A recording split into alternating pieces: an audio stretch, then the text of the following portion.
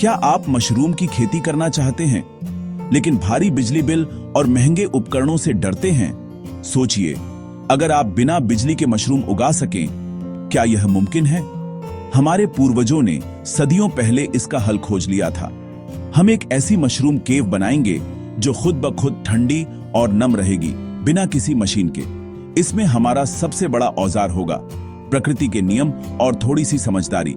मिट्टी की ईंटें और चारकोल मिलकर नमी और हवा को नियंत्रित करेंगे और बिजली की जरूरत लगभग खत्म हो जाएगी।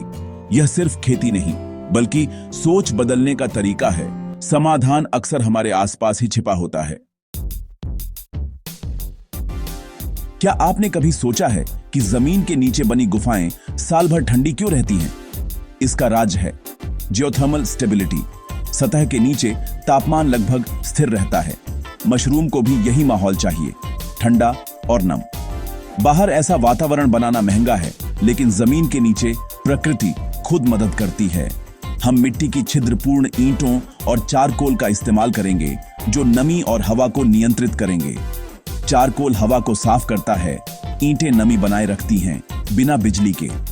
यह सिस्टम पर्यावरण और आपकी जेब दोनों के लिए फायदेमंद है। मजबूत मशरूम केव की शुरुआत सही जगह और नींव से होती है।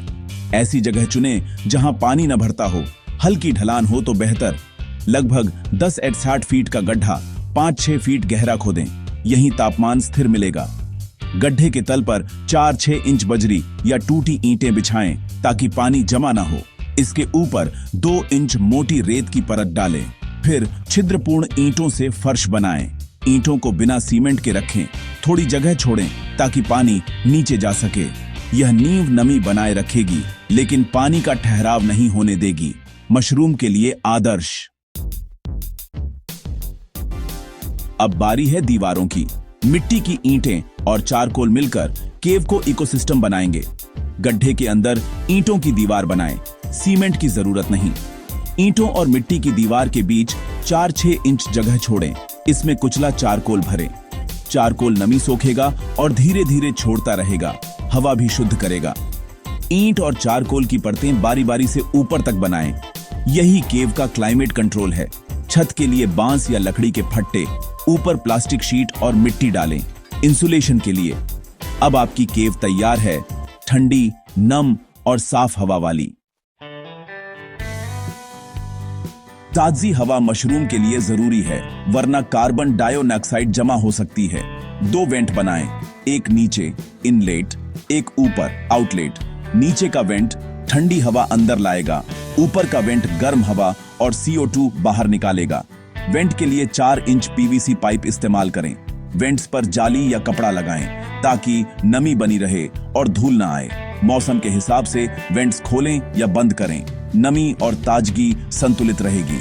यह प्राकृतिक वेंटिलेशन सिस्टम बिना बिजली के काम करता है। अब केव तैयार है। मशरूम उगाने का वक्त।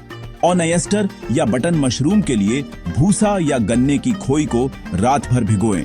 अगले दिन भूसे को उबालें, ठंडा करें और अतिरिक्त पानी निकालें। इसमें मशरूम स्पॉन मिलाएं, पॉलीथीन की थैलियों में भरें और छेद करें। थैलियों को केव में रैक या हुक पर लटकाएं। 15-20 दिन में माइसीलियम फैल जाएगा।